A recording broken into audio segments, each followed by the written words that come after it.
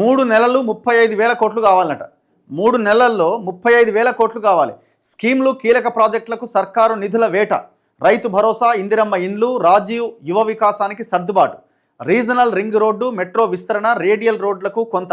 ఇప్పటికే వివిధ ఆర్థిక సంస్థలతో సంప్రదింపులు, ఇతర ఆదాయ మార్గాలపైన దృష్టి. ఆ రైతు భరోసా 3 ఎకరాల దగ్గరనే ఆగిపోయినట్టుంది, ఇంతవరకు అతిగతి లేదు. రాజీవ్ యువ వికాసానికి 6,000 కోట్లు కావాలి. ఇందిరమ్మ ఇండ్లకి మొన్నేదో 10-15 చెక్కులు ఏదో మంచినట్టున్నారు, అది కూడా అట్లనే ఉంది. ఇంకా చాలా వాటి మీద క్లారిటీ లేదు. ఇప్పుడు ఈ ఆదాయం కావాలని నేను ఏమంటున్నామంటే, టీఎస్ఐఏసీకి గతంలో రైతులు ఇచ్చిన భూములు ఇవాళ రియల్ ఎస్టేట్ వ్యాపారం నడుస్తుంది. నేను చిన్న ఎగ్జాంపుల్ చెప్తా, ఒక ఎగ్జాంపుల్.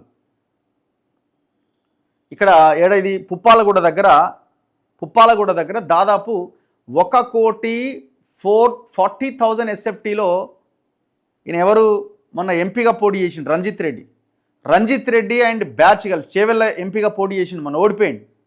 ఈ రంజిత్ రెడ్డి అండ్ బ్యాచ్ కలిపి దాదాపుగా 1,40,00,000 విలువ ఎస్ఎఫ్టీ అంత ఏరియాలో కన్స్ట్రక్షన్ జరుగుతున్నది.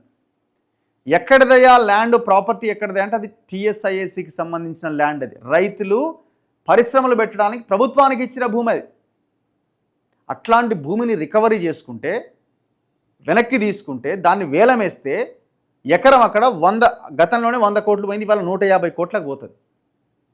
పైసలు లేవు. ఈ పని ఎందుకు చేయరు? ఎందుకంటే ఆల్రెడీ వీళ్ళు ఎంటర్ అయ్యారు, ఎవరికి వాడు అంతా పంచుకున్నాడు, కథం అయిపోయింది. ఇది లిటరల్గా చెప్తున్నా. ఆర్డీఓ దగ్గర నుంచి, కలెక్టర్ అమయ్ కుమార్ దగ్గర నుంచి, ఆర్డీఓ చంద్రకళ దగ్గర నుంచి, అడ్వకేట్ జనరల్గా పనిచేసిన ఆయన దగ్గర వరకు అందరికీ ముట్టినాయి. ఎందుకంటే ఆ టీఎస్ఐఏసీ ల్యాండ్ ఎన్ఓసి ఇచ్చిరి దొంగలంతా కలిసి. చూడండి ఎంత మరి ఇట్లాంటి ప్రాపర్టీస్ ఎన్నో ఉన్నాయి తెలంగాణలో. సికింద్రాబాద్లో ఎస్టేట్ ప్రాపర్టీస్ తలసాని శ్రీనివాసరావుని కూర్చోబెడితే మొత్తం లెక్క అంతా చెప్తాడు, కక్కుతాడు. 2,300 ఎస్టేట్ ప్రాపర్టీస్ ఉన్నాయి.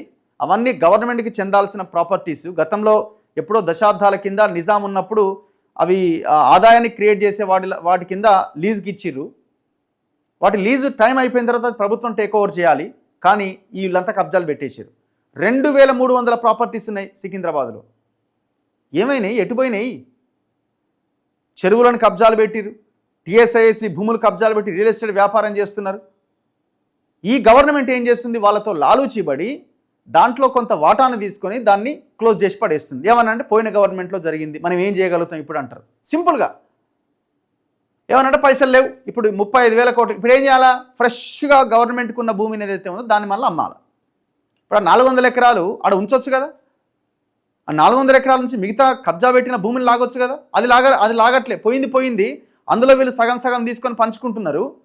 మళ్ళీ ఫ్రెష్గా తెలంగాణ అసలు ఎవడు కబ్జా చేయని తెలంగాణ గవర్నమెంట్కి ఉన్న భూమిని లేపేస్తున్నారు. మళ్ళీ ఏమనంటే పైసలు లేవు అని పోయిన గవర్నమెంట్ అంటున్నారు. మరి అదే పోయిన గవర్నమెంట్ వాడు చేసిన కబ్జాల సంగతి దాన్ని ఎందుకు తేల్చారు?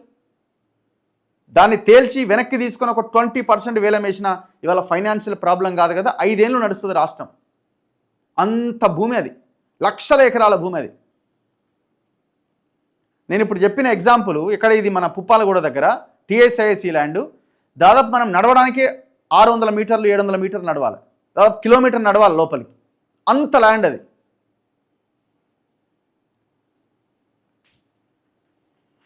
మొత్తం 42 అంతస్తులకి ఆ పర్మిషన్స్ తెచ్చుకున్నారు. ఈ గవర్నమెంట్లో ఉన్న వాళ్ళు కూడా అందులో ఇన్వాల్వ్ అయ్యారు. రేవంత్ రెడ్డి చుట్టూ ఉన్న బ్యాచ్ కన్స్ట్రక్షన్ నడుస్తూనే ఉన్నది. ఇప్పుడు పైసలు లేవని మళ్ళీ ఏదో దొంగ నాటకం, దొంగ ఏడుపులు ఇవన్నీ. కీలక ప్రాజెక్టులకు, పథకాల అమలుకు నిధుల సర్దుబాటు పైన రాష్ట్ర ప్రభుత్వం దృష్టి పెట్టింది. రాబోయే 3 నెలల్లో కనీసం 35,000 కోట్ల మేర ఫండ్స్ను మొబిలైజ్ చేసే పనిలో పడింది. పెండింగ్లో ఉన్న యాసంగి రైతు భరోసా సొమ్మును పూర్తి స్థాయిలో రిలీజ్ చేయాలని సీఎం నుంచి ఆదేశాలు వెళ్ళినాయి. ఇప్పటి వరకు 4 ఎకరాల లోపు రైతులకు రైతు భరోసా అందింది.